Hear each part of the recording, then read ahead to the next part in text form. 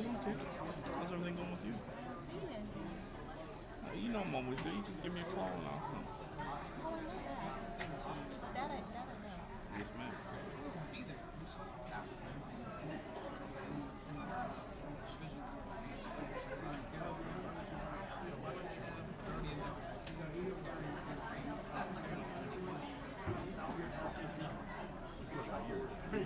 How you doing, man?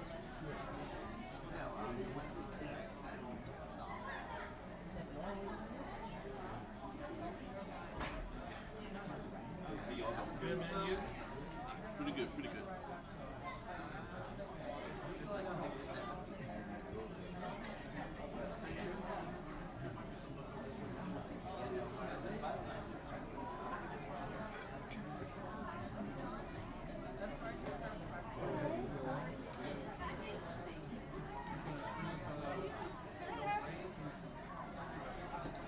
Hello, man.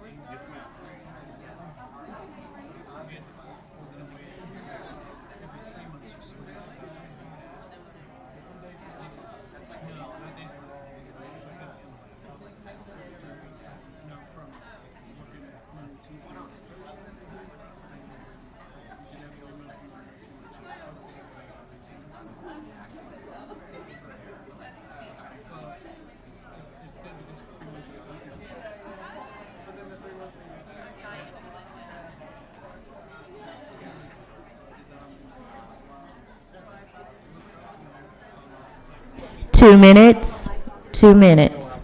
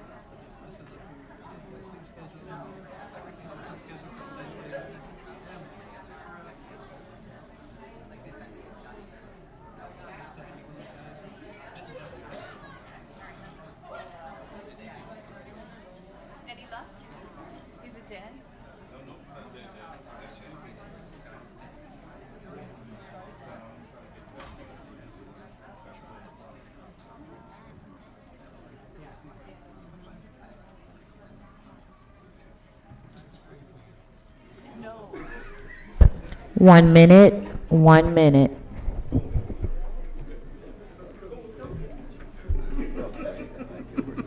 Yeah, that was.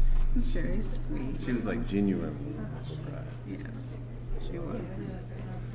Not that often.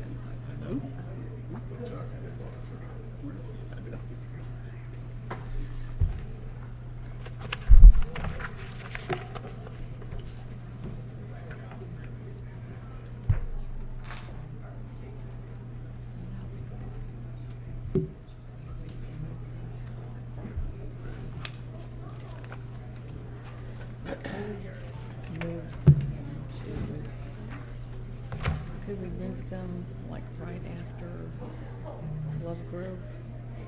Before we go into awards. I'll let them know.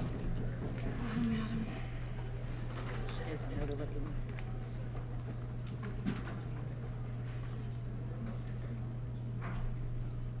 Madam Chair.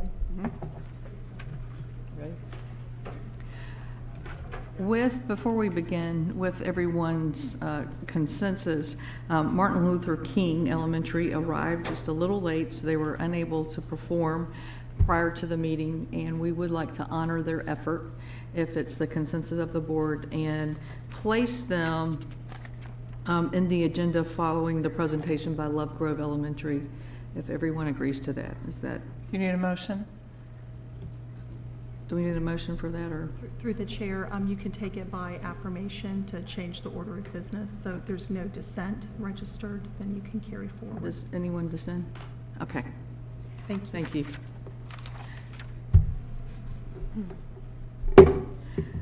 I would like to, the School Board of Duval County District has now convened in its regular monthly meeting. To everyone present and to our television viewers, I wish to extend a warm welcome to this meeting of the Duval County School Board.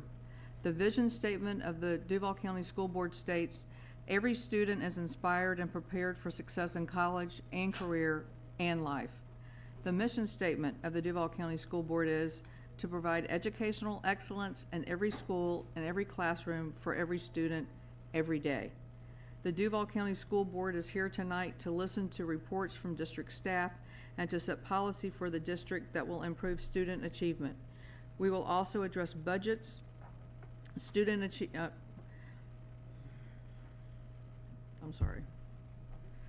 We'll also address budgets, contracts, personnel appointments, and other business items that require a vote of the board. The management and day-to-day operations of the district are the responsibility of the superintendent. It is not the role of the board to make managerial or operational decisions. The board has policies and procedures in place to assist the superintendent in resolving management and operational issues. If items appear to move quickly, it is because the board meets in an agenda committee meeting prior to the board meeting for an in-depth review of all agenda items. The committee meeting for the January 7th, 2019 school board meeting will be held on December 18th, 2018 at 9 a.m. and the public is invited to attend. As a show of courtesy and respect to each other, we ask that all mobile phones be turned off and that no flash photography be used during the meeting. For those wishing to address the board during our public comments portion of the board meeting, please note that we will accept speaker cards until 6:20 p.m. Thank you for taking the time to join us this evening and for your interest in the operation of the Duval County School District. Board members, I invite you to stand for the opening message given tonight by retired pastor Ted Corley and remain standing for the Pledge of Allegiance.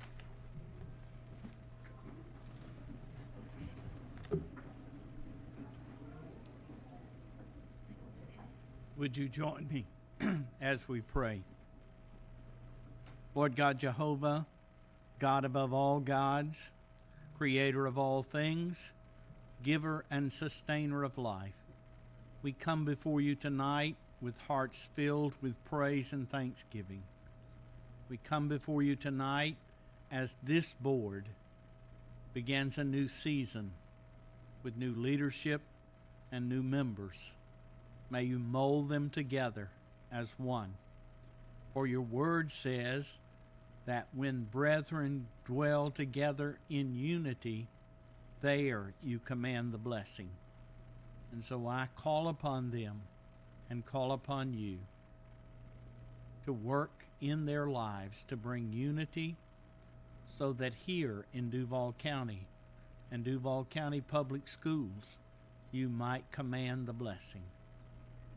I thank you for every member of this board. I pray your wisdom, your discernment, your guidance in every decision they make. And I know that these men and women know every decision affects our children, and they are the most important thing, for they are our legacy. We ask your blessing upon Superintendent Green. We ask you, Lord, to give her wisdom and discernment and judgment to deal with every matter with compassion and tenderness and yet firmly. We pray for every school, for every principal, for every leader, for every teacher, and for every student. May you bless them. May you shape their hearts to be good, quality citizens with respect and character. May you bless every teacher who touches their lives. We give you praise and thanksgiving for being in this place tonight. I ask this in the name of Yeshua the Christ. Amen. I pledge allegiance to the flag of the United States of America and to the republic for which it stands, one nation, under God, indivisible, with liberty and justice for all.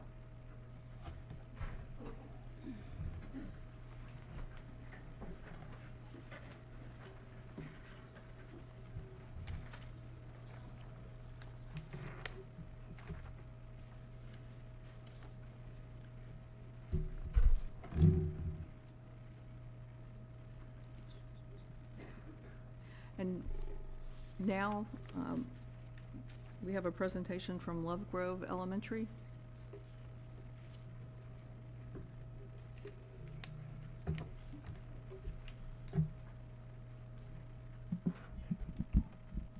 All right, good evening. I want to first of all thank the board for inviting Love Grove here tonight. I am Tiffany Emanuel Wright. I am the proud principal of Love Grove Elementary. I am proud to say that I'm in my 5th year at Love Grove Elementary and very excited to be able to showcase what we have going on at our little school. I also want to thank the board as well as the cabinet and other region leadership and other district staff and friends who are here tonight, as well as our Love Grove family that's here tonight.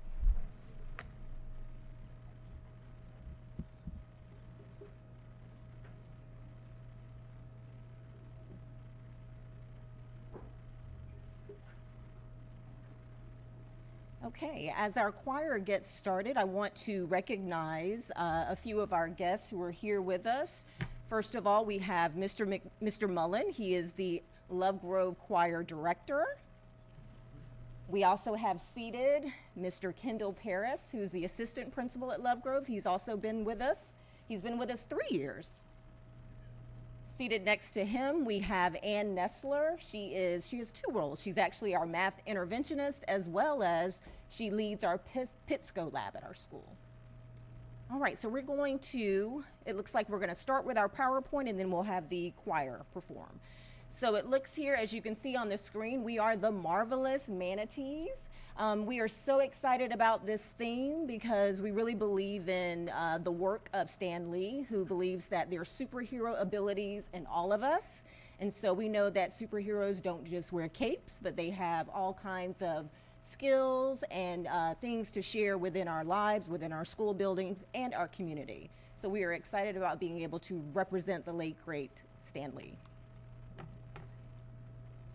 A little bit about us. It may be hard to see the PowerPoint, but we are quite the diverse campus. I like to say that we mirror pretty much the district as a whole in that we have a good mix of all races, backgrounds, and abilities. We are considered a Title I school, of course. We have a percentage of about 80% of our students who are considered lower socioeconomic, 34% who are ESC, as well as 15% who are ESOL community.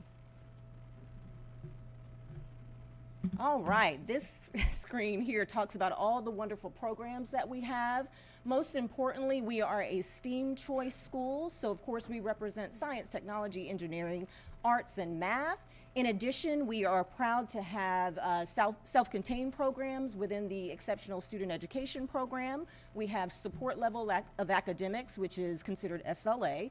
physically impaired, PI, as well as programs that we have that honor or pretty much promote the whole child. So we honor students monthly with the Student of the Month, which we call Magnificent Manatee, as well as we are proud to be a part of the All Pro Dad program, which is led by one of our faith-based partners, and that's New Journey Church and Pastor Stone. As well, we recognize specific holidays such as Veterans Day, Labor Day, etc., with our flag raising. We have a wonderful studio crew, and we also have, within PBIS, we have a great Manatee store that we run each early release, where students not only learn how to earn rewards for great decisions with culture and behavior, but also learn how to plan for future purchases. And we call it our life skill learning, and that is led by Assistant Principal Paris. All right, this is another screen that may be hard to see, but that just gives an overall progression. Again, as I mentioned earlier, I'm proud to have been at Lovegrove since 2014. Upon joining, we did start out at a grade that was considered an F, but we're happy to now be at a grade level C. We hope to get back to a B. Last year we were a B, and we were proud to be that, and we're going back to it. So that's our plan. All right, so some things here. We have some clips just to demonstrate our STEAM program. I wanted to highlight Ms. Harris, who is our 5th grade science PITSCO teacher, and we are proud to also be a recipient of the SIG grant, which allows us to run a lab.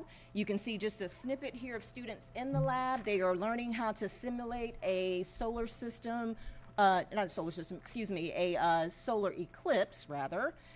And so you can see a little bit of that. I don't know that the audio is there, but you'll see they're using some clay replicas. They're using a flashlight. They have their guide for the missions.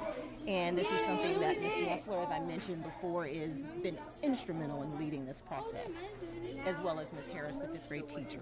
The next video also shows a group utilizing forces of motion within that same lab.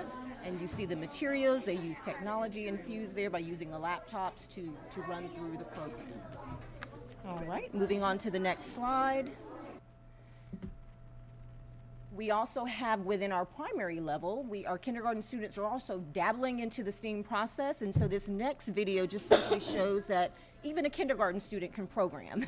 So we have a kindergarten student who programs a B-bot, as they call it, to navigate a track. So he has to determine how many left-right motions in order to get to the end of the track. So you can see that in the video.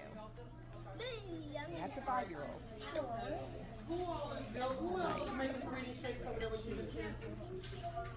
think it'll get started in just a minute. There it is. So he cheers at the end of the video because he took a trial before he was able to get it to go directly in the right direction without going outside of the boundary. So there was a lot of excitement when he was able to get that to happen.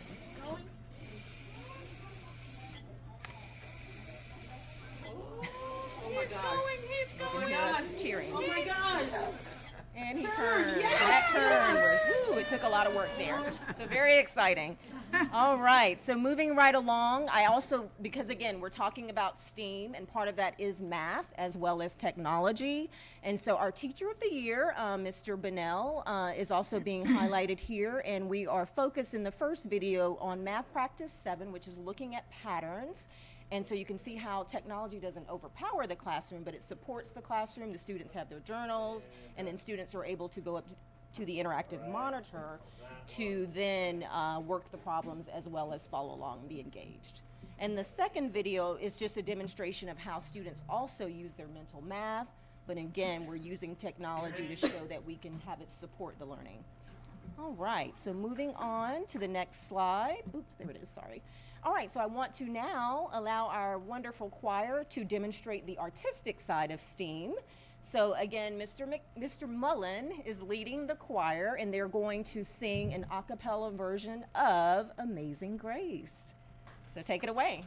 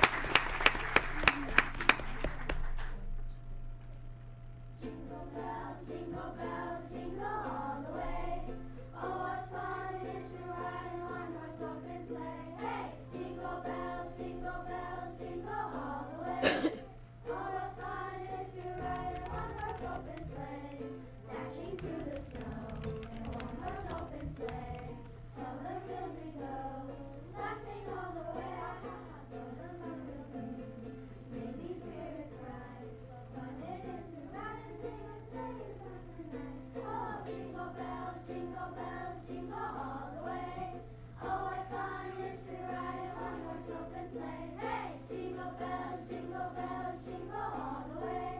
Oh, what fun it is to ride in a one-horse open sleigh.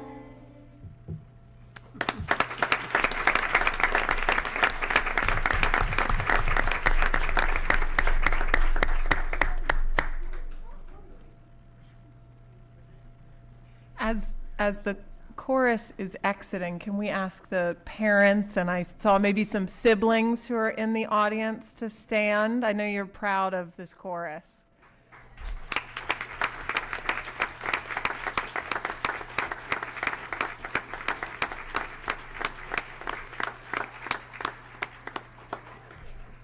Board Member Smith Horace, I know you're going to want to comment on the marvelous manatees.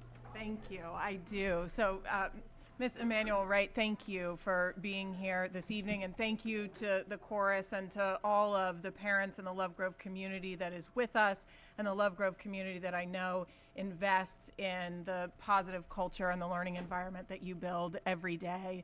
Love Grove is absolutely a place where learning is creative, it's exploratory. You saw so many things in the video about how learning happens through experience and through trial and through experimentation, and it is not a static thing at Love Grove Elementary. And the work that you and your staff have done over the years to see the progress at your school and to see how you've engaged with PITSCO, how you've incorporated STEAM, how you've looked at the arts and other opportunities to engage children in the learning process so that they are put on a solid trajectory for their entire educational continuum is just tremendous. So thank you, and please extend the board's congratulations and thanks at your school to your entire staff.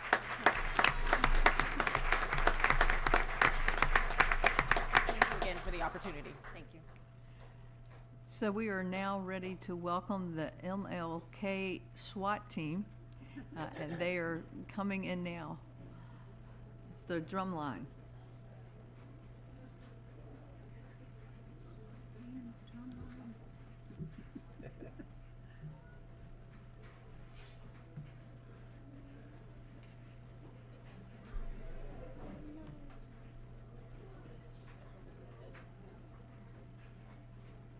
Drum big as you. Using all his back. Get into All that his drum. back.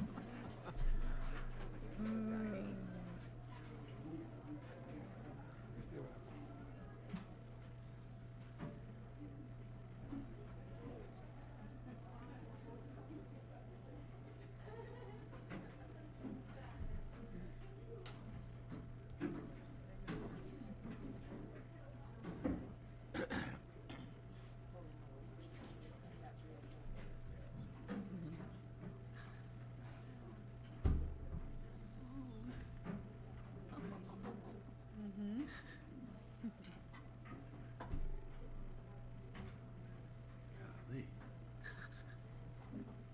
That's impressive. Yeah.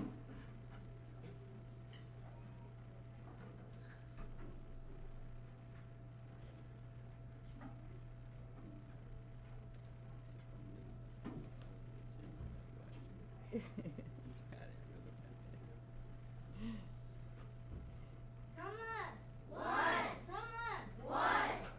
5, 6, 7, 8. MLK, fly, drive, look alive.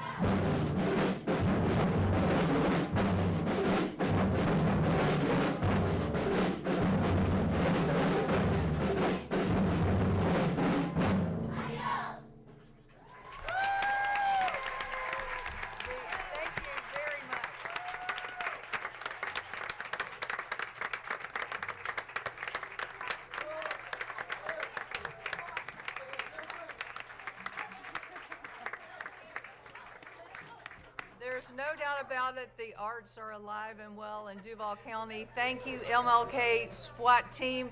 I saw some parents here, and we don't typically do this, but I'm going to give Board Member Willie a chance if you would like to comment on this great. Yeah, if you're not awake now, wow.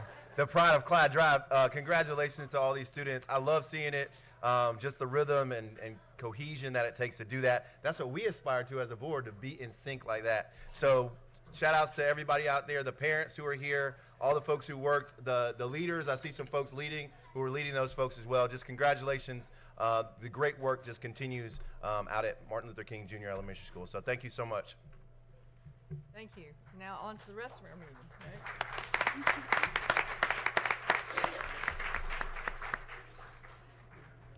I would now like to ask Dr. Green and Board Member Smith-Warras to go to the front for presentations.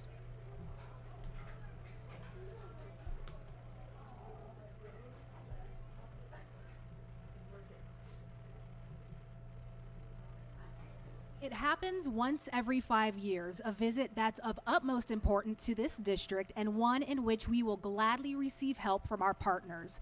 For our first presentation, we wish to recognize those who came alongside Team Duval as we participated in the district-wide accreditation process. They are the Jacks Chamber, Florida Blue, and Chartwells. Duval County Public Schools is a member of Advance Ed, the world's largest nonprofit accrediting organization of educational institutions. As a result, we welcome a visiting committee every 5 years to perform a rigorous on-site review of our systems. This most recent visit saw us hosting 26 people from all over the country. They spent 4 very busy days in October in our offices and in our schools, gathering information and examining the ins and outs of this district. As you can imagine, coordinating such a visit is no easy task, but our partners met this task with generosity. The Jacks Chamber and Florida Blue graciously provided our guests opening dinner at Ruth's Chris. And Chartwells rounded out the visit by providing everyone with lunches as well as hospitality bags filled with local items. And for all of this, we are extremely grateful. By the way, we expect to hear the final report from this visit in the next few weeks. Tonight, we present each of these partners with plaques that officially welcome them to Team Duval. Here on behalf of Chartwells, our Vice President of Operations, Jane Buttermore, and Executive Chef, Greg Retz. With the Jacks Chamber is Jacks USA Partnership President and Chamber Vice President, Andre Wallace. And with Florida Blue is Community Relations Manager, Carla Ebio. So please join us in thanking these 3 partners for their generous contributions and continued support of our students and schools.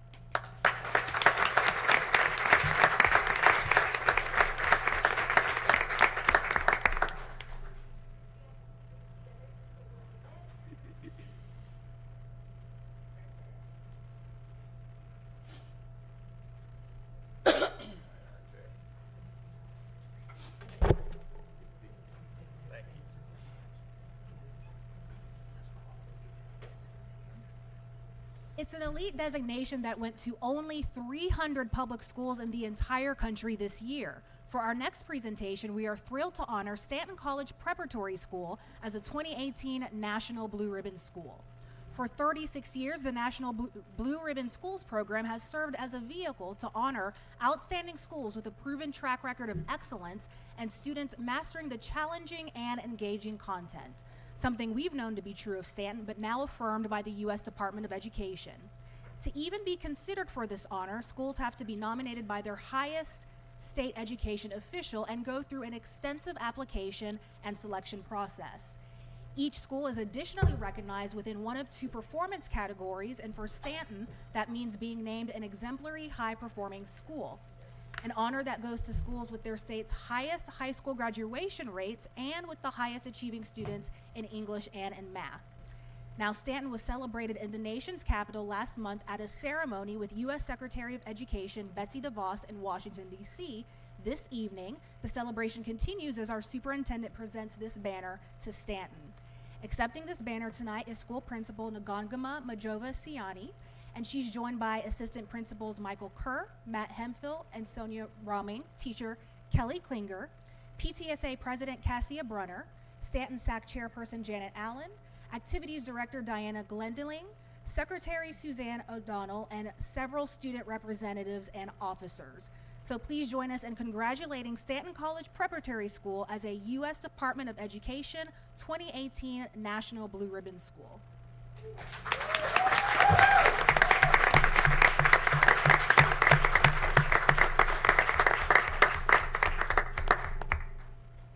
Now, in the final stages of the National Blue Ribbon Schools application process, school communities have the opportunity to nominate principals for another award. It is one that only 11 principals in the entire country received this year, and by now, it should come as no surprise that one of those recipients is Stanton's own. So for our final presentation, we celebrate Principal Majova Siani as a winner of this year's Terrell H. Bell Award for Outstanding Leadership. Now, principals who have earned this award share some very distinct characteristics. They've transformed schools, produced outstanding results for their students, and proved that all students can learn. A 32-year veteran of this district, Majova has worked her way up the ranks, starting as a middle school math and science teacher and holding leadership positions in various middle schools and high schools. Now, in addition for being known for increasing access to neighborhood students, strengthening professional development, and introducing new programs, she's also known for her warmth and compassion, so much so her students affectionately call her Mama Majova. Perhaps it's because she chooses to lead by the African concept of Ubuntu, or human kindness. Of this award, she says, quote, "This is not my honor, I am because we are. Any form of merit that is received by me or anyone else at Stanton speaks to the impact of teamwork that is put forth by all stakeholders." Now, at this time, Dr. Green would like to present Principal Majova with an additional recognition, and we invite those remarks. Ms. Majova, wow, that was really loud. Ms. Majova, if you wouldn't mind, something I had done in my previous district is we developed the Superintendent's Coin of Excellence. And Duval County truly is a place that we have so many employees, so many people who care about the students of Duval County Public Schools. And you will be the first recipient of the Superintendent's Coin of Excellence. Wow.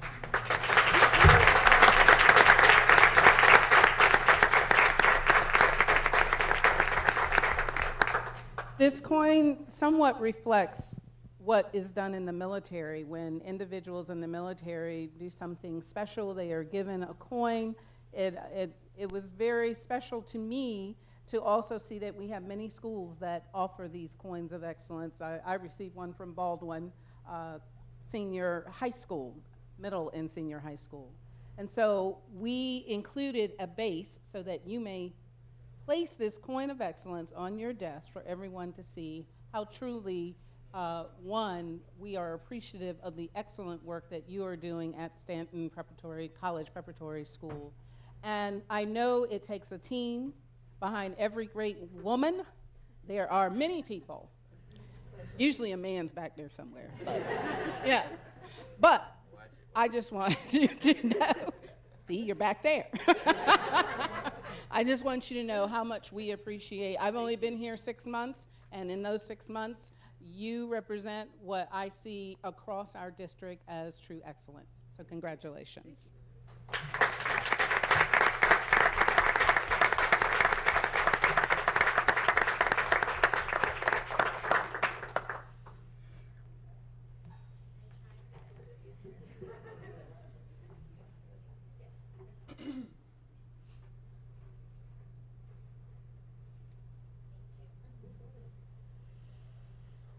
This concludes this evening's presentations.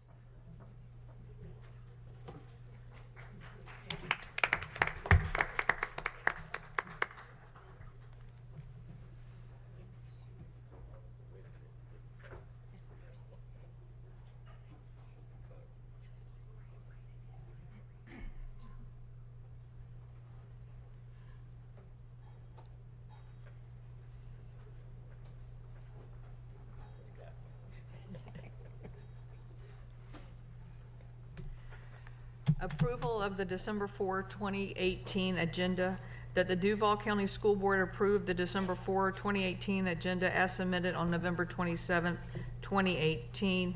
Is there a motion? Move approval. Is there a second? Second. It was moved by Vice Chair Jones, seconded by Board Member Willie. Is there any discussion? I call for your vote.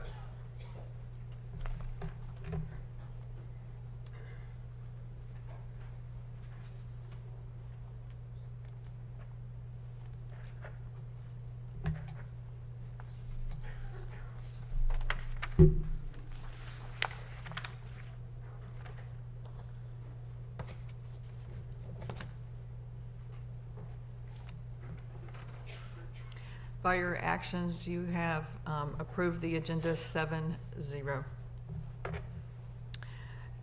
Chairman's report. The board participated last week within the Florida School Board Association's 75th conference. During that time, we had the opportunity to participate in professional development, and I dare say that other boards did notice the camaraderie of this group, and I'm very excited about the work that we will be able to accomplish. During that time, I had the opportunity to meet with the chair of the Stoneman Douglas Public Safety Commission, Sheriff Gaultier. We discussed Duval County's commitment to school safety, specifically requirements set forth by House Bill 7026. We also discussed some components of their draft recommendations, and I also offered to assist in his efforts in any way we can, as currently there are none of the Big Seven school districts represented on this commission. And of course, school safety is of paramount importance to all of us. This month, we will address the Duval delegation, and where do I click? I don't think we have a clicker. While that's coming, we will address the Duval delegation, and we're going to focus on these three areas. Which button is that one?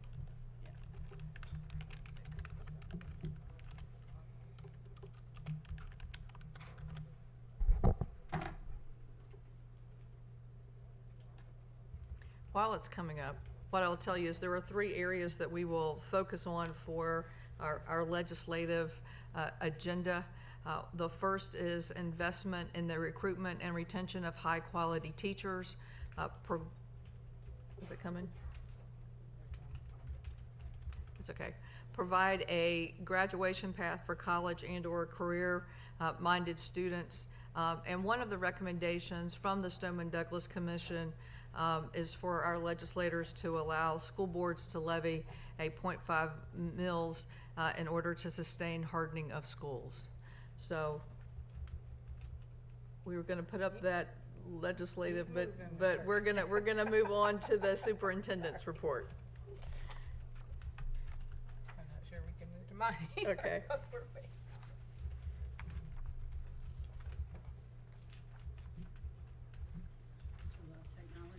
Yes, it's great when it works.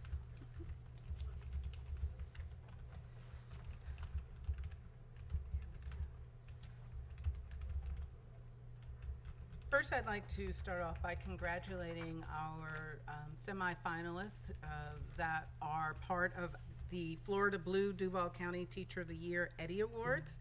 It has indeed been a pleasure and an honor to work with JPEF and meeting all the teachers.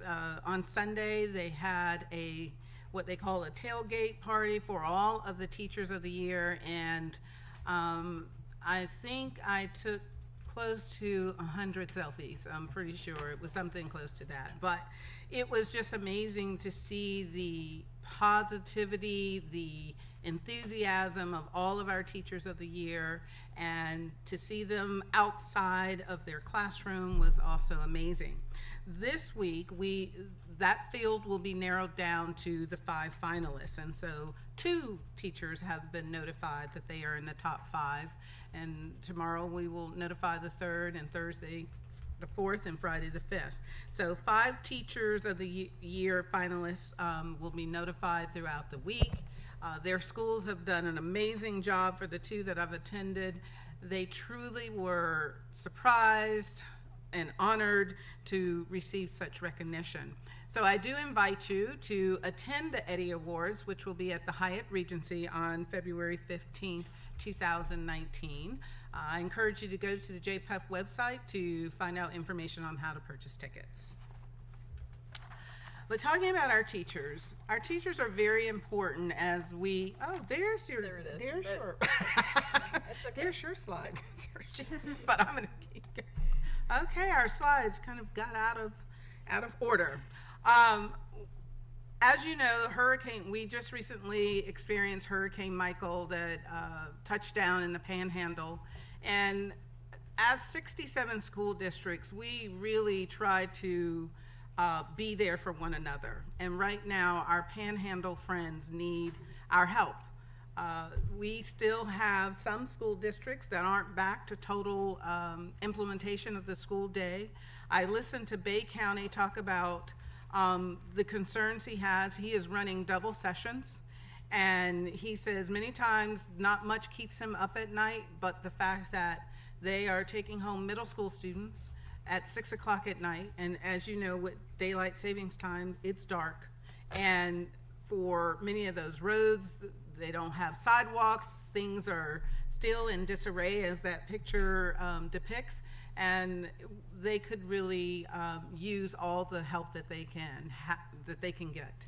And so as the superintendent, by board policy, I'm allowed to encourage our schools to participate in certain fundraisers. And so we've encouraged schools to participate in one or two fundraisers. One is pennies for the Panhandle, or a holiday toy drive.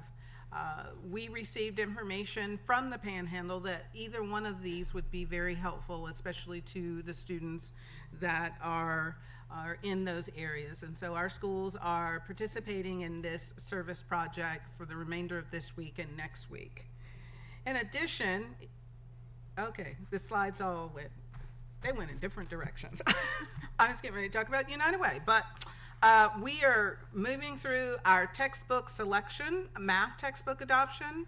Every 6 years, the state puts out an adoption for a certain subject area, and this year, math is up for adoption. And we pull in our teachers because they are the best individuals to determine what type of resources would be most successful in their classrooms with their students, ensuring that our textbooks, one, are they aligned to the state standards that are required for us to ensure that we teach and students have an opportunity to master in the state of Florida? So when we look at a textbook adoption, there are 8 key factors for consideration. Instructional support.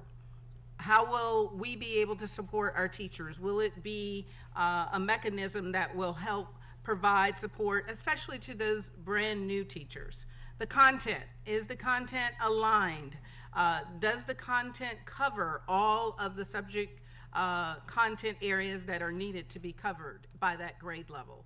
First impressions, you know, unfortunately, we do judge a lot of things by the book, the cover that we see. So what is the first impression when you look at those resources?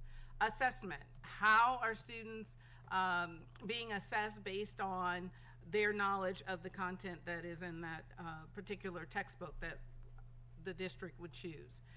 ESE and ELL support, exceptional student education, and ESOL for students speakers of other languages. What kind of support are in those materials for those students?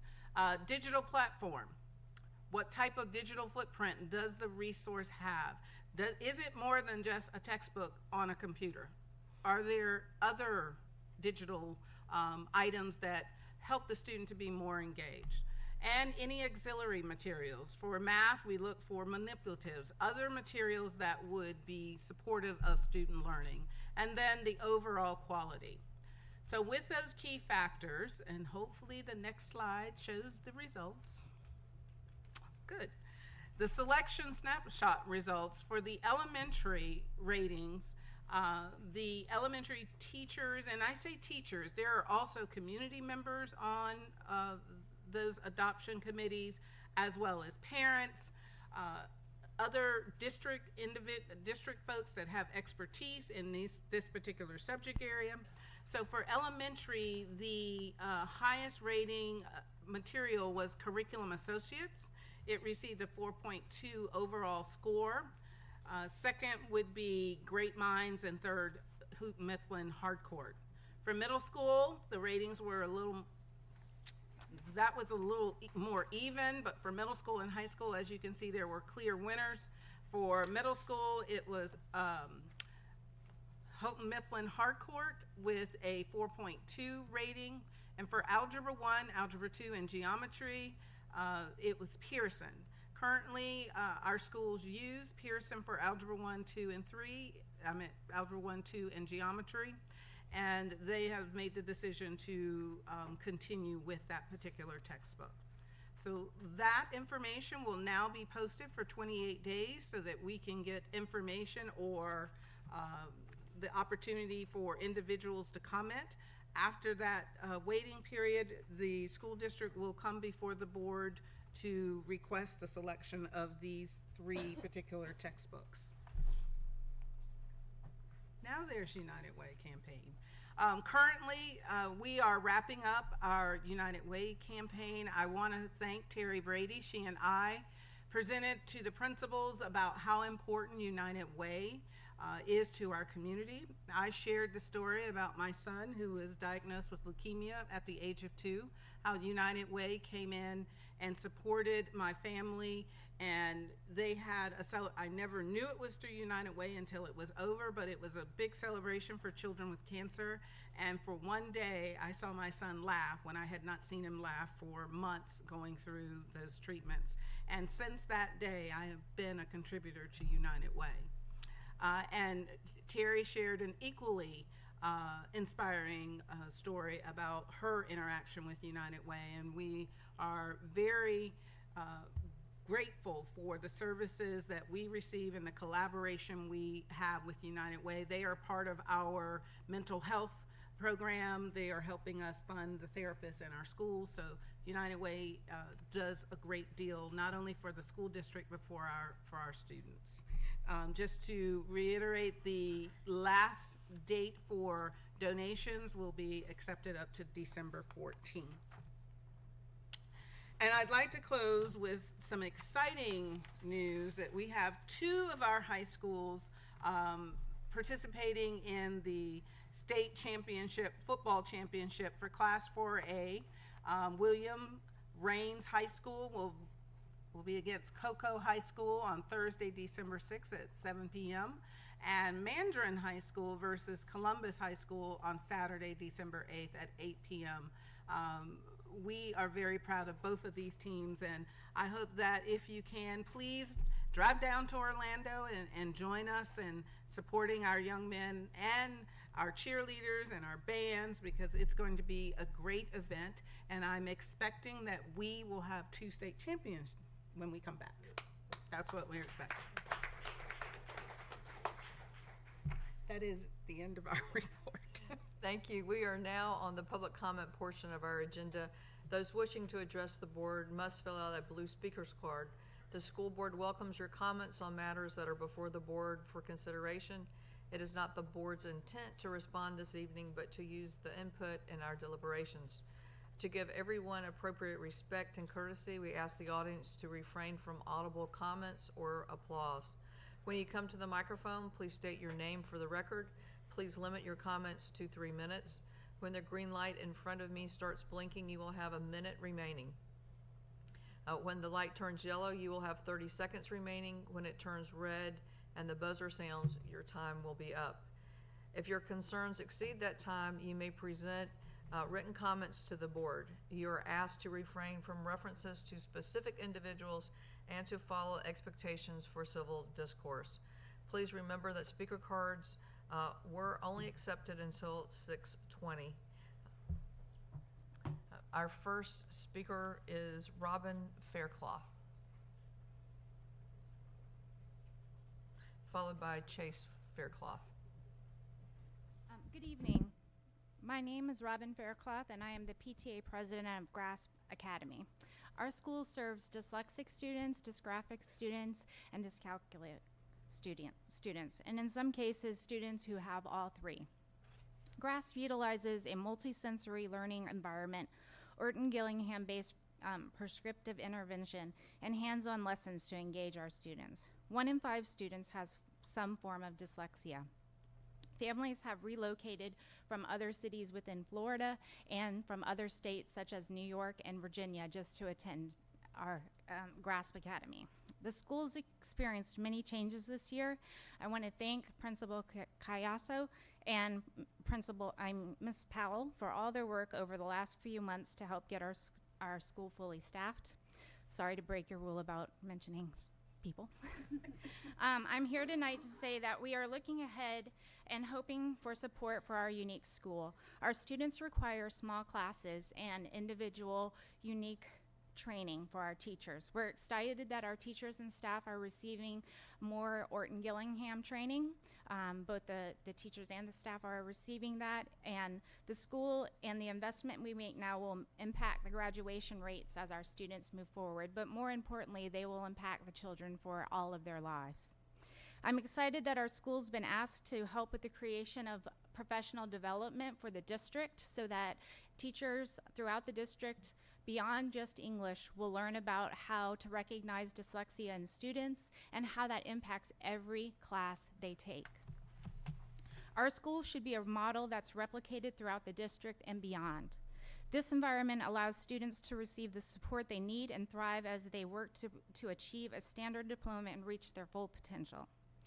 I'm the mother of Chase, who may or may not speak, and he is a 6th grader at GRASP Academy. He's been there this is his 3rd year, and he is excelling. I'm going to proudly say that he had all A's in the first semester, and that he achieved, he is at a mid-6th grade level, which is, he's in 6th grade, and he's at a mid-6th grade level for reading, so we're very excited. Chase, would you? Okay. So we look forward to working with our staff and the school board and the superintendent to better grasp. Thank you very much. Thank you. Next speaker is Tim Miller, followed by Hannah Thomas.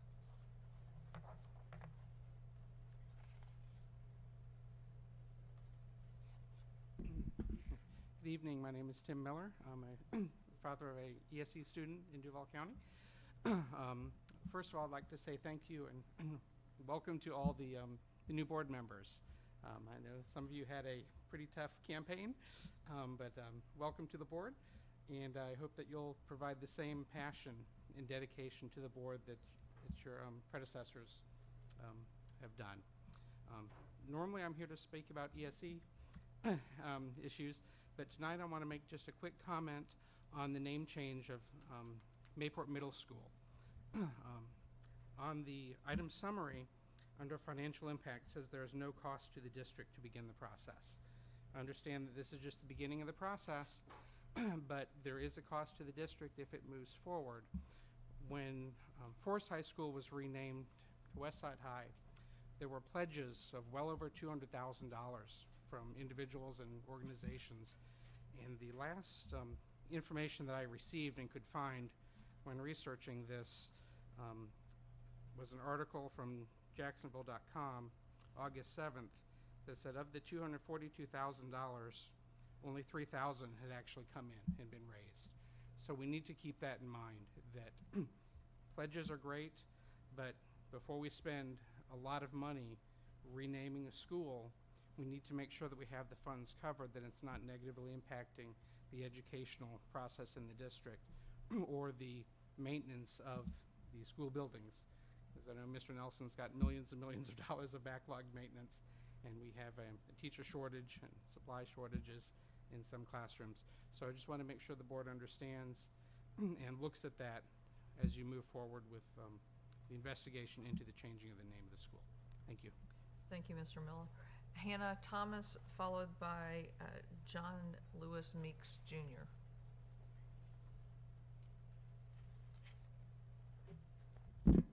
Good evening. My name is Hannah Thomas. I'm the SAC chair at Mayport Coastal Sciences Middle School, and I am here to address the name change also.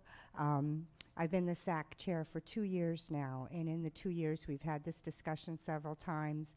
As the school itself is a coastal sciences school, with what I've learned in the last 3 years I've been with Mayport is that that's their goal, is to teach these kids all about the different sciences, coastal sciences. The kids come out of the school with skills. I've been in the community for over 40 years now, and when I first came, Mayport Middle was that school that people said I wouldn't send my children to. It's not Mayport Middle anymore. It is Mayport Coastal Sciences. They live up to that name. The teachers and the staff are amazing. They work very, very hard to keep the children on task with everything on a daily basis. They actually work growing fish and selling fish and robotics. Our robotics team was awesome this year. But in the long run of it, Mayport Middle Coastal Sciences has been utilizing that title for several years now, over 9 that I know of.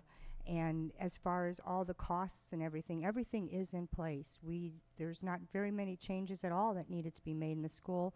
As we went through the curriculum of what needed to be done in the SAC meetings, there really wasn't a whole lot that did need to be changed financially. The school itself is set in place in that area, and it has lived up to its name, Mayport Coastal Sciences. Of those children that we've seen here performing today, there's many of those kids that will be busing from their schools on the other side of town to come to our magnet program at Mayport, just because it is such an intense program with the knowledge of biologies and sciences, anything you can imagine. I'd invite every one of you to come out and tour the school and just to see the vision that's there, that's been designed by the teachers and the staff. It's pretty amazing to just come through the school and see that the children are so excited to learn there. And it's really an honor to be the SAC chair there. It's the easiest SAC chair job I've ever had, because they are just so willing to do things and learn and to keep the program going as it is. I thank you so much for your time today and the appreciation that the consideration of this name change for us is very, very, very close to my heart. Thank you so much. Thank you. Mr. Meeks?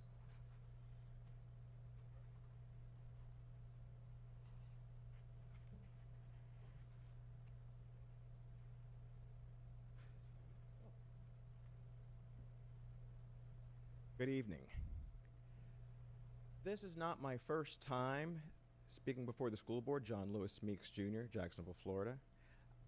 But I would say over my 16-year career at Mayport Coastal Sciences Middle School, I've always made sure to advocate for our students, for our teachers, for our family, and for our community.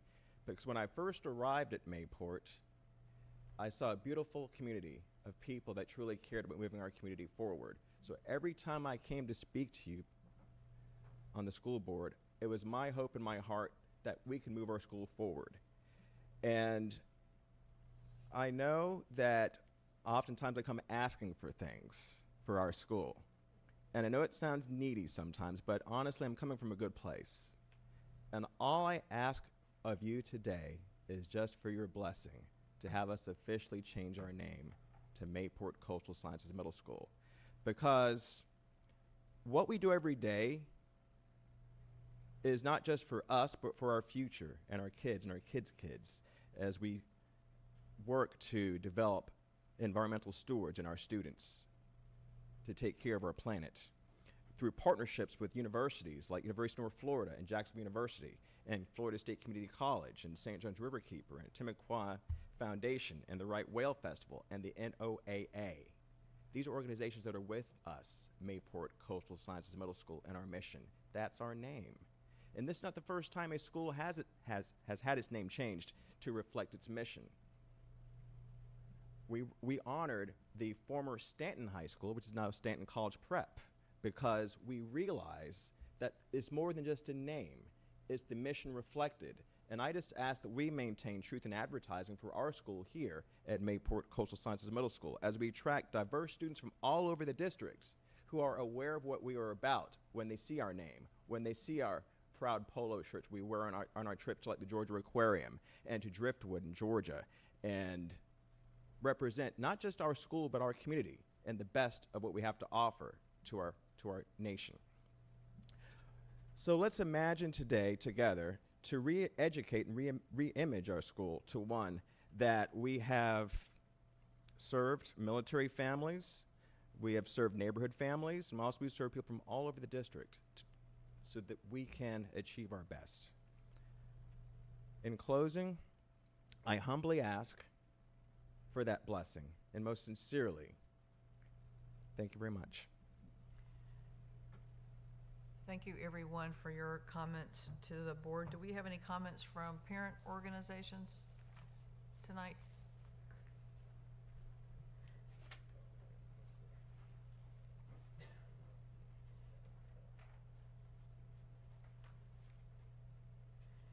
Good evening. Hello. My name is Michael J. Hawk. I am the DAC chairperson, Chairperson Hersey, Superintendent Green, the board members. First of all, I'd like to welcome personally all of the new board members. I see a lot of new faces, and that's a good thing. You fought hard campaigns, and now you have won. And now we expect you to fight just as hard as you did in your campaign for the district. We also had an election, which took place in October. And because of your election that was going on, you didn't have the board meeting on Wednesday. You had it on the most church night of the week, which was on Tuesday. You had it on Wednesday, where I definitely was not able to be here. So I'm going to give you our report for October as well as for November. So in October, we had our election, and I'm back. I was reelected as the DAC chair, so I'm happy to serve and glad to be back again. Mr. Don Redmond was also reelected as the vice chair, and we do have a new secretary, which is Maureen McGunnan. So that is a change with the District Advisory Council. That was October. In November, we were blessed to have Kimberly Smith, I believe was her name, from Government Relations. Miller, thank you. I apologize. And she informed us of what the legislative agenda was, and we as SAC chairs and area chairs have gone back to our schools to inform them and to make sure that the people there contact the people in Tallahassee to let them know we're behind what you're doing here, and that it's not just coming from the board, but it's coming from the parents and the parent-led organizations as well. Again, though, I want to congratulate those who are new, also see new positions, Board Member Hershey and Mr. Jones. Congratulations on your positions as vice chair and chair, and good to see you again, Dr. Green. Thank you. Thank you. Are there any other people who wish to speak on behalf of parent organization? Do we have any comments from employee organizations?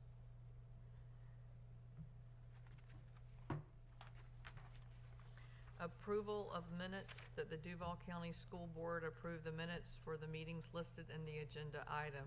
November 7, 2018 regular board meeting, November 13, 2018 board workshop, November 14th, 2018 student expulsion hearing, November 14th, 2018 policy handbook review meeting, November 20, 2018 special board meeting organizational, November 20, 2018 special board meeting leasing corporation. Is there a motion? The motion was moved by Board Member Grimes, seconded by Vice Chair Jones. Is there any discussion? Seeing none, I call for your vote.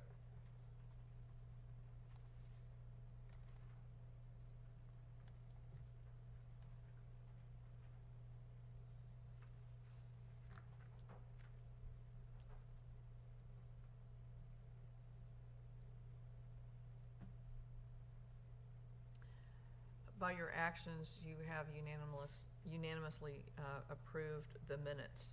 Approval of consent agenda. Are there any items to be placed on the discussion agenda?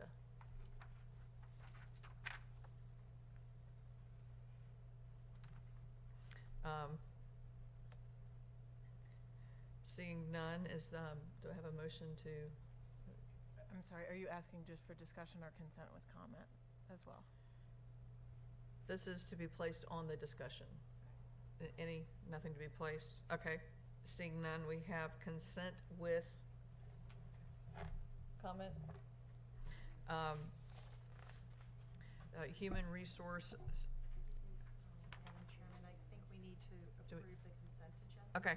So we'll need a motion and a second. Approve that and then. Clarification, HR services staffing is already pulled for consent with comments. Right. And on the discussion agenda, pulled for discussion is the student transportation Yes, services. correct.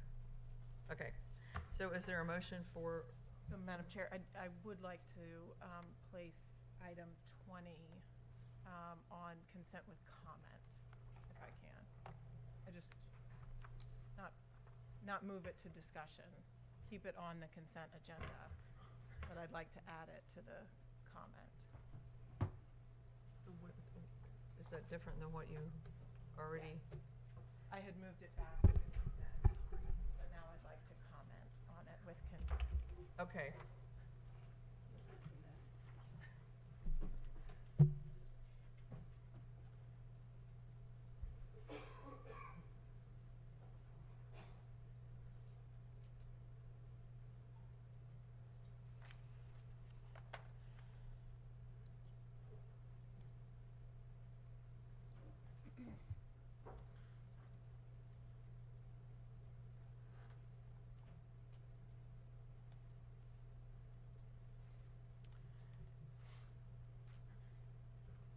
Can we call for because the comments come after the consent? Consent with comments comes after the vote. Correct. For the agenda. Correct. So do I have a motion for move approval for? It was moved by Board Member Smith Juarez and seconded by Vice Chair Jones. I call for your vote.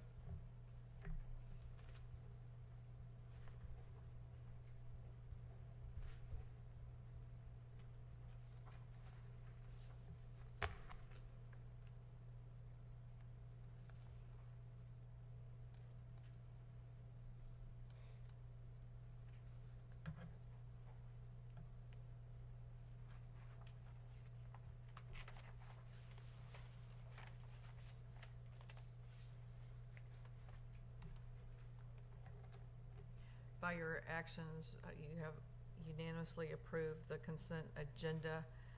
We have consent with discussion, human resource services, staffing minimum qualifications, supervisor, district athletic training. Board Member Smith Juarez. Thank you, Madam Chair. I am pleased to support this item this evening and thought that it was of note for the public that this is another critical step in building our portfolio of partnership and of the building blocks of student safety that we know are so important to what we do as a school district. Student safety is vast and complex as we think about the physical, emotional, mental well-being of our students. And Project 17 is a partnership that was envisioned and launched back in 2015 with the partners, and I'm going to look here so I don't forget anyone.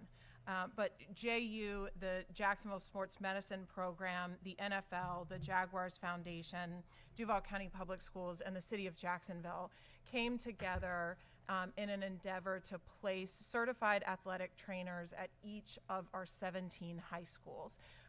Which is scheduled to culminate in 2020. We are ahead of schedule. We have 15 currently in our schools and are slated to have 20 as of next year. So Very exciting in terms of the partnership that has come together to make these athletic trainers possible. Their goals in the schools include increasing awareness of prevention strategies for sports-related injury, helping to keep children safe, reducing injury rates in high school sports, promoting emergency action plans for sudden cardiac arrest and other catastrophic injury, education around heat stroke. We live in a state where heat exhaustion and heat stroke is a reality for our students with physical activity, and reducing missed days of school due to injury.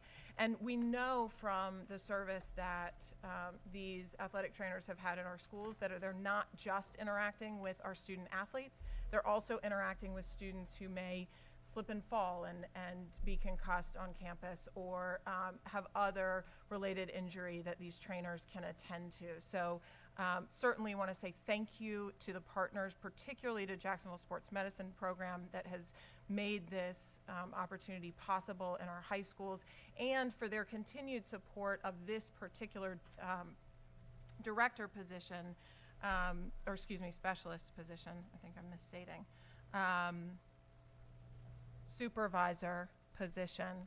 I don't have that up in front of me as a note, but this particular supervisor position, which will be funded in partnership between Duval County Public Schools and the Jacksonville Sports Medicine Program. That's how important these partners know that it is that these certified athletic trainers have the support staff needed in order to maximize their efforts in the program. I also will note that most of these athletic trainers are recent college graduates, and so they are near peers to our high school students. They're encouraging them in terms of college attendance, in terms of their attendance in school, their participation in academics, as well as athletics and other extracurricular programs. So I know that at Inglewood, Sandalwood, and Wolfson, where I've gotten to know the trainers, they're a tremendous asset to those schools, and I have to imagine that the same is across the district. So I just want to say thank you to the partners, thank you to the superintendent for the recommendation, and look forward to continuing to see this program thrive in our schools. Thank you. Also consent with comment is the Mayport Middle School name change. Board Member Smith Juarez. Thank you. So because some questions seem to have arisen through our public comment, I wanted to take the opportunity through the chair to Ms. Chastain, and I realize that I'm doing this a bit without prompting, but to walk through the policy and particularly the provisions that the Mayport SAC adhered to in terms of bringing forward the name change, and the implications then for the board and our willingness to entertain that request. Thank you. Good evening. Through the chair to Board Member Smith Juarez. The board has adopted policy 8.59, which is titled Naming or Renaming Schools or School Facilities. That policy is attached to this agenda item. If you look at Roman numeral 3, those are the provisions to rename an existing school. The first step is that the renaming request needs to be initiated, and so that's what happened tonight. In your board policy in Roman numeral 3A, initiating entities could be one of the following, which includes the SAC. So we had attached to the agenda item, I think, the resolution of the SAC as well as the board minutes. Working with Dr. Krisner, I also confirmed that the meeting was noticed and that the SAC, is properly composed. So this came before you in a proper format. So tonight we've met the first threshold where a proper entity that can initiate the request took the actions that it needed to do and provided it to the board, and you accepted that initiation of that request. When the board decides by a majority vote, which you did tonight, whether or not to accept the written request, you've now referred it to the superintendent for further review. According to your board policy, the superintendent implements procedures for renaming the school, which includes soliciting community input. This is all set forth in the policy. And those organizations to provide input are listed in the policy, such as the SAC, which you have, PTA, students, community members within the school's attendance zone, members of the school's faculty and staff, and alumni of the school. And then after that community input is completed, the superintendent provides her recommendation to the board. Again, this is all set forth in the policy, whether to propose a new name or recommend no change to the school's name. So in other words, an agenda item will come to the board for action one way or the other. And that's really it. Thank you. And through the chair to the superintendent, I also just want to clarify in terms of the cost and the anticipated cost. My understanding is that the PTA has collected funds and has funds in hand that would cover any costs for the name change. Is that correct? To the chair, to Ms. Smith-Juarez, I do not know any particular dollar amount. I just know that they feel they can cover the cost. That will play a major role in the recommendation that would come back before the board. Okay, thank you. I think that clarifies it, that will be part of this vetting process and the recommendation that comes forward. That is correct. Thank you. Thank you. On to the discussion agenda, operations, transportation, student transportation services, GSA 3 award. Dr. Green, would you please read your recommendation? Madam Chair, I recommend that the Duval County School Board approve the Student Transportation Services GSA 3 RFQ/ITB-008-19/LM contract award to Durham School Services, LP, for the initial contract base period from August 1st, 2019 through July 31st, 2024. That the Duval County School Board authorize the chairman or vice chairman and the superintendent to execute the contract upon form approval by the Office of General Counsel. That authority be delegated to the superintendent to renew the contract for subsequent years, provided terms and conditions are essentially the same and subject to availability of funds. There are 5 potential annual renewals. Do I have a motion for this recommendation? So moved. Second. It was moved by Board Member Grimes and seconded by Board Member Smith-Juarez. Board Member Joyce, I believe you wish to comment. I do. I know that I'm new here, and people have worked very hard to get us to this place with this contract. However, I do believe that I wanted to make a couple of comments about this. When we looked at, well, first of all, Board Member Willie, Board Member Anderson, and myself were not involved in that agenda meeting, so we were not able to actively participate in that conversation. So when I looked at the agenda item and we looked at the RFQ, the request for quote, what I noticed in that request for quote was that all of the buses starting next year would have air conditioning. And so the cost to upgrade those buses would come at about $8,000 to $10,000 per bus. And the contract would also include $2.9 million more than what they previously had last year. And so coming out of a position in our school district where we suffered, budget deficits last year, our teachers were cut and our programs were cut, and our middle school magnets had to go from a block scheduling to a 7-period scheduling. I think that, in my opinion, I wanted to look at what our needs are versus what our wants are. And so in this particular item, I just wanted to say that moving forward, I would really like to consider all of these aspects as we move forward in future contracts. Also, there was the Durham Bus Company had performed satisfactory, and there was really no rubric for what that looked like to me. I know there's a performance guarantee, and in that performance guarantee, they have to pay a fine, but I never received that information, or I didn't actually request it, but I was asking about the rubric. But I would like to know, if Durham had to pay a fine, what those fines amounted to. What does satisfactory look like? And so I wanted to, just to open the comment and just to say that. Are there any other comments? Any further discussion? Did you want to ask for some other clarification or anything? No other, well, is it possible, through the chair to Dr. Green, is it possible that we could get that information as far as if Durham had violations and if they had to pay fines in the previous years? To the chair, to Chairwoman Joyce, if there have been fines that Durham have had to pay, we can provide that information. Okay. Yes. Is there any further discussion?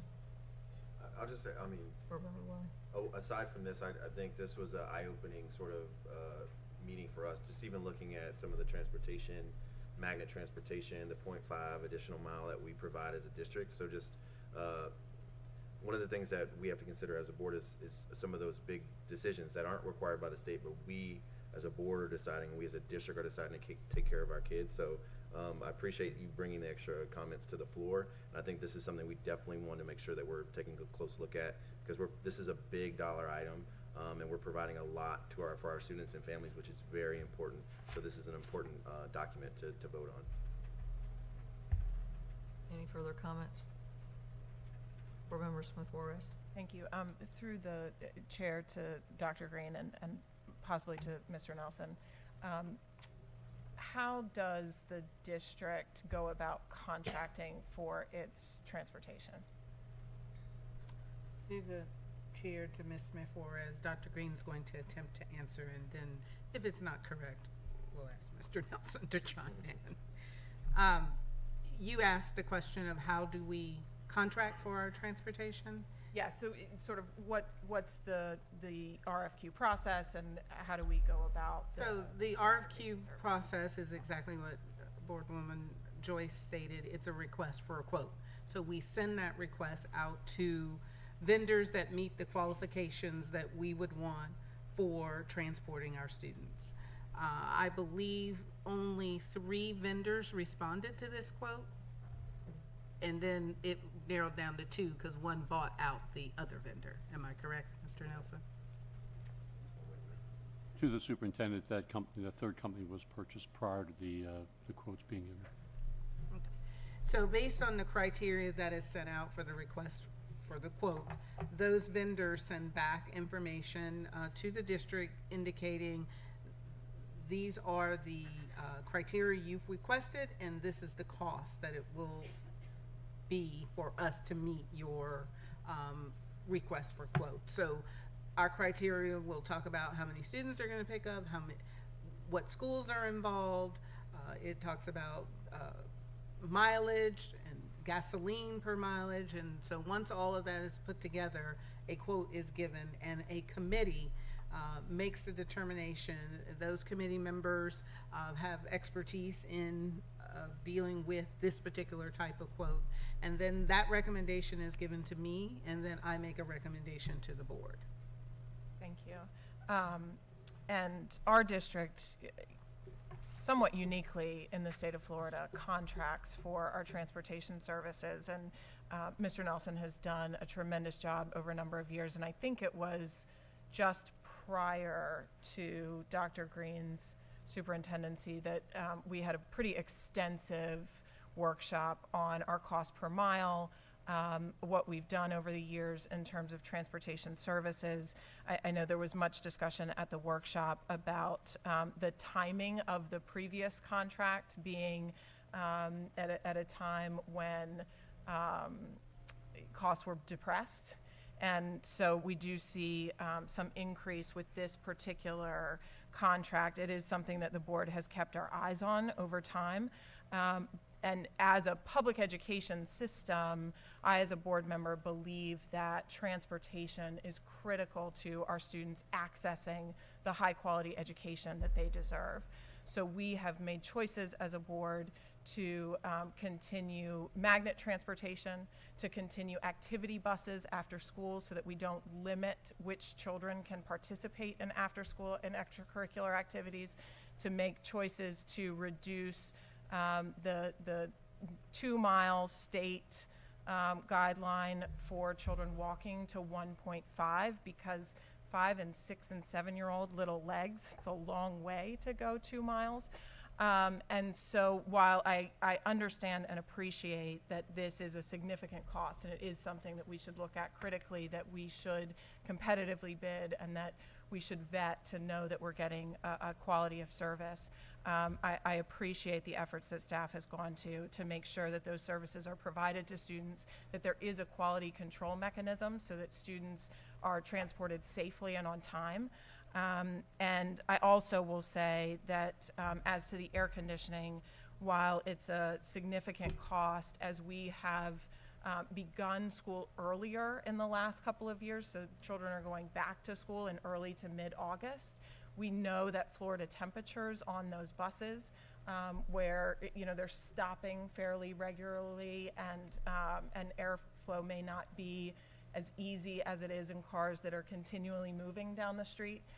I can tell you that air conditioning, even at the cost, is an important piece of how we transport our students, and in my opinion. So really appreciate you bringing those things forward. I think the questions are absolutely valid, and they're ones that should be asked. But I just also want to acknowledge and appreciate the great lengths and efforts that staff goes to bring these items to us. Board Member Jones. Thank you, Madam Chair. To the chair of the subcommittee, how does our cost per mile compare with other districts? I think we are one of the lowest in the state. Yes, if you compare us to the other big 7 districts, our cost per mile, or our cost in general, is still less than those other districts that do not privatize their transportation, that they are running their own transportation. I think it's an issue we need to continue to examine. It's a large cost, but I think given the makeup of our community, the magnet programs, as identified earlier, the fact that we have a lot of railroad tracks that our kids have to cross to get to school, we have a lot of streets that are without sidewalks, or if they have sidewalks in some inner city neighborhoods, those sidewalks are covered with grass. I think it's important that we maintain that 1.5-mile distance, and if we can find ways to reduce that cost, I think we're all interested in that, because we know that is a big ticket item. Thank you. Thank you. Any other further comments? Seeing none, I call for your vote. Oh, I'm sorry. You can keep it. Board Member Grimes. I know. Madam Chair, through to Mr. Nelson, could I ask how many buses do we have that do not have air conditioning? Do you know offhand? I actually can answer that. Oh, okay. Sorry. I should not have assumed that you couldn't answer it. She's been. We have 391 buses with air conditioning out of 986 buses. So 40% of our buses are air conditioned. And the reason I can tell you is because this information is sitting in front of me, compared to Pinellas, 100%, Miami-Dade, 100%, Orange County, 99%, Palm Beach, 96%, Broward, 81%, Polk, 71%, Hillsborough, 71%. Well, so knowing that, it is something that we need to consider, because global warming is here. So. Thank you. I think on the screen we're ready for a vote. Do you have more Yes. comments? Sorry. That is not inclusive of the new contract. Okay.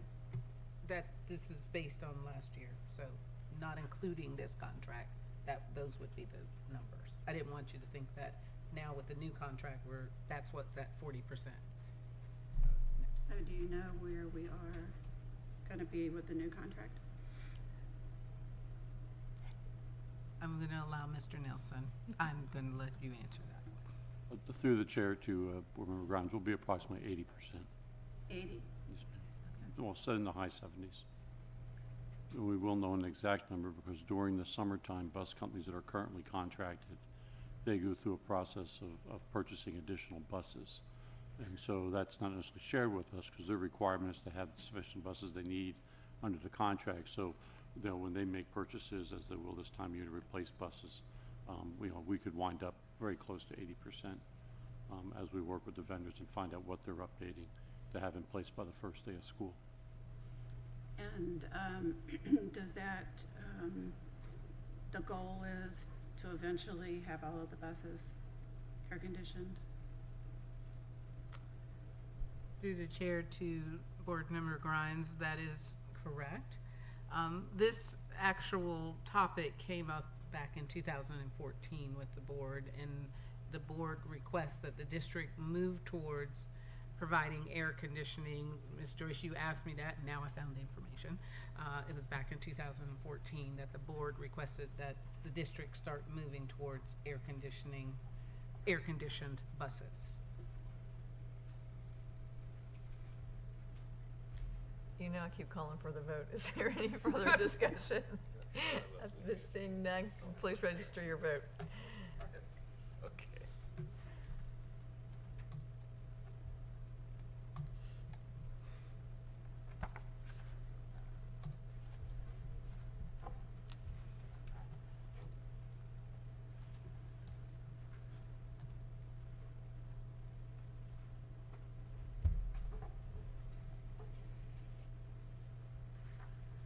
By your actions, you have passed this item 7-0. Board member travel, that the Duval County School Board approve the following board member travel, January 25 through 30th, 2019. Washington, D.C., National School Board Association, Equity Symposium, Advocacy Institute, Jones. Is there a motion? Move the item. The item was moved by board member Smith Juarez and seconded by board member Jones. Any discussion? Seeing none, I call for your vote.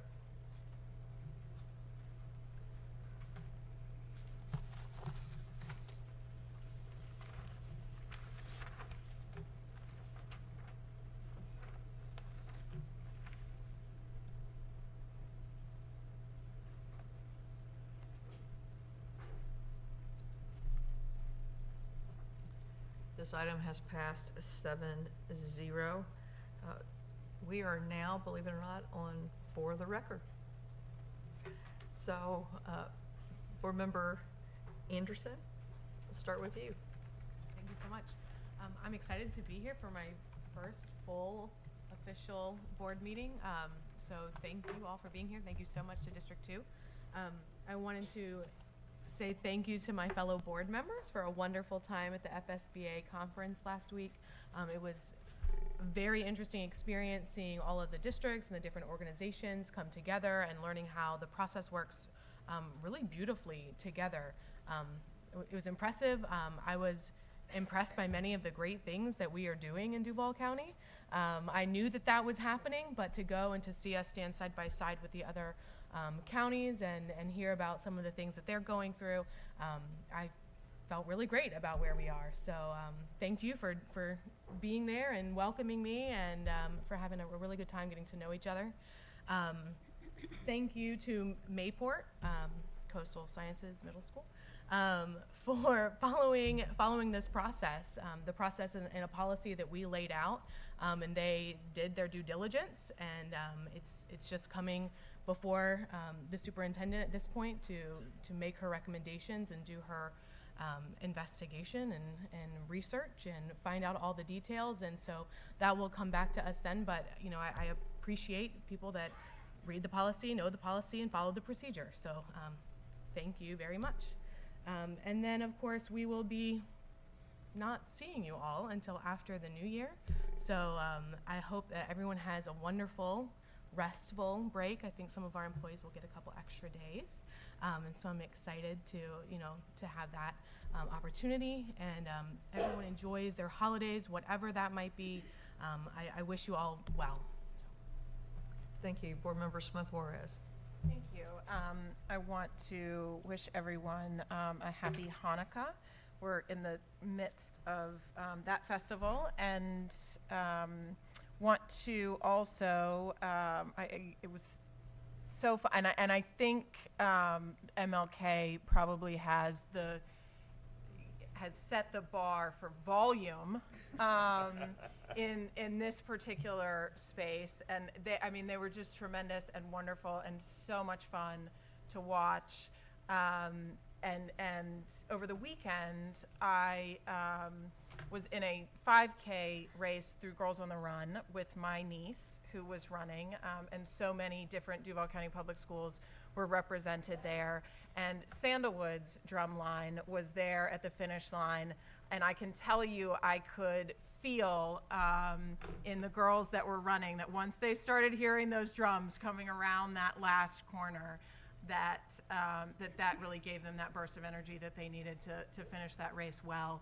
And so as I was watching these students from MLK, I was also thinking of the high school students that they will become, and to have that identity and that talent and that commitment that you heard from their mission and the way that they work together starting in elementary school was just so much fun to see and to connect that to what's going on throughout Duval County Public Schools.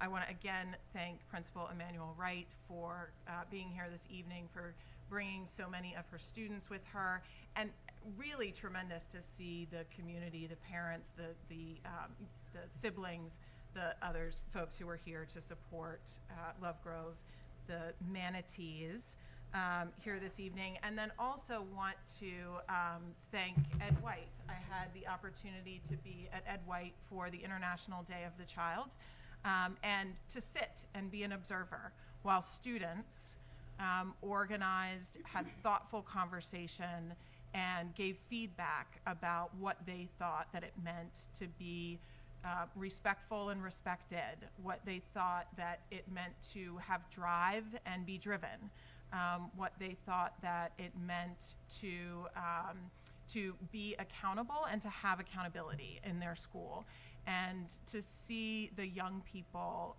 commit to staying after school to talk about how they could be part of the change that they wanted to see in Ed White's culture, and then to lead the work, to engage in the work, and to commit to fulfilling the work was really tremendous. And so I want to thank the partners who were there making that happen, but mostly the students for their full participation. It was a lot of fun to be there.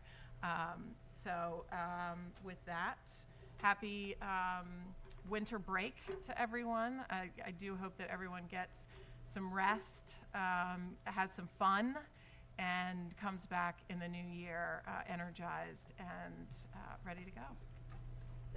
Thank you, Board Member Joyce. Yes. Well, I'm glad that I made it through my first board meeting. It was interesting and fun, and I'm so glad to be here and to represent the constituents of District 6. I'm very excited to schedule all my school visits and to get out in the community and to visit all my schools and meet all the students and bring back to the board what's the wonderful things that are going on in District 6. Last week we got the opportunity to be at the conference, the Florida School Board Association conference. Learned a lot. I thought it was very informative, and I really had a wonderful time with the rest of the board and interacting with Dr. Green. And so I am excited about what the year holds and what we are going to do as a board to improve Duval County Public Schools. Vice Chair Jones. Thank you, Madam Chair. First of all, I want to congratulate the three new colleagues on outstanding race they ran, and the voters for making some wise and very prudent choices in their election. They did a good job, and all the best to the three of you in the coming 4-year term. Secondly, I want to congratulate Mandarin High School on being I guess going to their first ever state championship, and that's a historic moment for that school, and also for William M. Raines for repeating. The first time we've had a public high school to repeat in the state championship game in over almost 50 years. Wow. So I think that's commendable, and hopefully both will bring home that medal this year. And lastly, I want to congratulate one of the finalist teachers of the year, Sarah Pashon, at math and science teacher at Sadie Tillis Elementary School. We, the superintendent and the principal, and I surprised her with that announcement yesterday, and she was just taken aback because she thought they were coming there to greet the new superintendent, and that's how they surprised her. So I just want to thank her for the outstanding work. And she's just one of many outstanding teachers we have in our district, and it was very exciting to see the excitement in her and the students and her fellow teachers that congratulated her on that recognition. Thank you. Thank you. Board Member Grimes? You don't want him to go first. Oh, she, okay. Yes, Madam Chair. I would first like to thank Sanita we actually had, I think, 5 settlements in our agenda for tonight. And I know that's a grueling process at times. I think we're only 1 now. But and for the board, it really is, we want our people to be able to have a living wage, and we do try really hard to give everyone as much as we can, but I do want to thank you and your team for that. The MLK, boy, that was really great. I mean, and I don't know if y'all watched the director back there, but it was amazing to me that, you know, he's like four rows back, and the kids are just doing what they're supposed to be doing. So that was really, in fact, we had great entertainment tonight.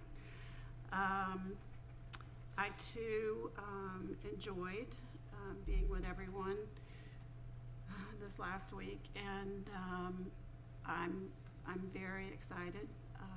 I think we have a lot of diversity in our roles and what we do in life, and it was a great time to actually sit down for dinner and talk about your family, your kids, and where you come from, and it's those kinds of things that I think really make a difference for a board that will come together. And I too want to wish everyone a great holiday, particularly all of you guys sitting right here. I know how hard you work. I don't really know, but I can only imagine. But also to our teachers, I hope everyone takes a break and enjoys their time with their family, and as we get back, and we'll have hopefully another great year. I'm looking forward to another great year. And with that, I will give it to you. Board Member Will. Thank you. First, it's just been a pleasure to be on this board with this great group of people and this great superintendent. I want to thank the staff. As you rotate onto this board, there's a lot of learning that takes place, and I want to thank the staff, both in the board office, but also we got an orientation, the 3 of us, and we ran around to all the different departments, and we were just flooded with information, great information. Our staff works diligently to ensure that our students are learning and are safe, and I really appreciate that orientation, and I wish the public can really see what goes on behind the scenes, because there's amazing work happening here. To my awesome MLK drummers that came up, it showed, because I have MLK and Stanton in my area, and it just shows the dynamic nature of what happens within our school system, and I think that we have to appreciate that. And today I got a chance also, as Mr. Vice Chair Jones, to go into school, Matthew W. Gilbert, and get a chance to award one of our top 5 finalists as well, Coach Tinsley, and she was equally surprised. I think my teacher was more surprised than yours. I mean, she was floored, like she couldn't even talk because she was crying so much, and it just showed how the care that she had for her students and the care that they had for her, and the staff just wrapped around each other. And those are the moments that we have to capture. And those are the moments that keep me motivated to be up here and make the right decisions for kids. Also, just want to take a moment to pause. I'm in a national fraternity, Alpha Phi Alpha. It's our Founders Day. I say that because I have a mentor named Wendell Holmes who passed away some 50 years ago. He sat up here. So for me to sit up here on today, on Founders Day, and just think about the decisions he got to make back in like 1969, the decisions we get to make as a board, transformation can happen from these seats. And I saw that in him, so I'm just appreciative of being up here. And that leads me to this Friday, I'll be participating with the Rebald Alumni Group in a leadership summit that they're having downtown in coordination with the City Hall. So leadership is happening all across our city. It happens every single day, and I'm just happy to be a part of it. So happy holidays to all of you. I always say the statement of we all are containers, and we contain a lot. So use these holidays to empty out your container and then fill it up with all the good things from friends and family, and then come back energized and ready to go, because I know we are going to be. Thank you. We'll have to have him for opening remarks one time. Were you going to say something? Yeah, I just want to say that I actually served with Mr. Holmes. Yes. Yeah, I was really, really young. No comment. But he was an amazing man. Yes. and did a lot for our community. Thank you. I was with Board Member Willie and Dr. Krisner on Saturday for the I'm a Star. It was a rainy Saturday, but the neat thing was that this event is put on by students. And they arrived on a rainy Saturday morning, and they were like, let's do it. And the community turnout was very exciting, and it was a great event and a good partnership to see so many of our other partners. People from the Kids Hope Alliance was there, JPEF was there, great turnout from the community. I will be with Board Member Willie on Friday as well at City Hall, and I, of course, am cheering for the Mustangs on Saturday. And for Rebald as well on Thursday. Reigns, I'm sorry. For Reigns on Thursday. And I know that they want to bring back that title for the second time. It'll be a big win. Having said that, do I have a motion to adjourn? Move it adjourn. All in favor? Aye. Aye. First go around. First made it. Yay. I had to go off. Maybe we can get out 7.